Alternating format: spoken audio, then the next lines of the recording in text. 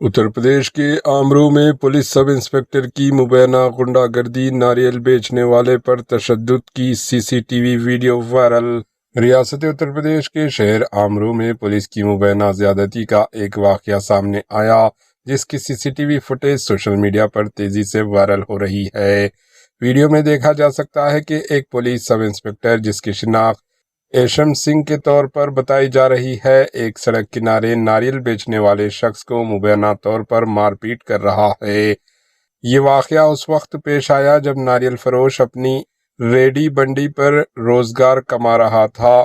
इल्जाम है कि सब इंस्पेक्टर ने पहले इस शख्स को तशद्दुद का निशाना बनाया और बाद में वहां मौजूद होमगार्ड को हुक्म दिया कि रेडी पर मौजूद तमाम नारियल को प्राइवेट गाड़ी में रख दिया जाए।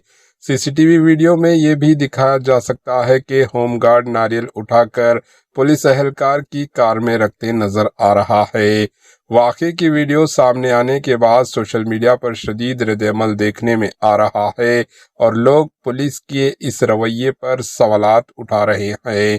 अब तक इस मामले में पुलिस की जानिब से बाज़ाब्ता कार्रवाई या वजाहत सामने नहीं आई, ताहम अवाम मुतालिबा कर रही है कि इस वाक़ये की गैर जानिबदाराना तहकीकात की जाए और अगर इल्ज़ाम साबित हो जाए तो जिम्मेदार पुलिस एहलकार के खिलाफ सख्त कानूनी कार्रवाई की जाए। Bureau report, H news.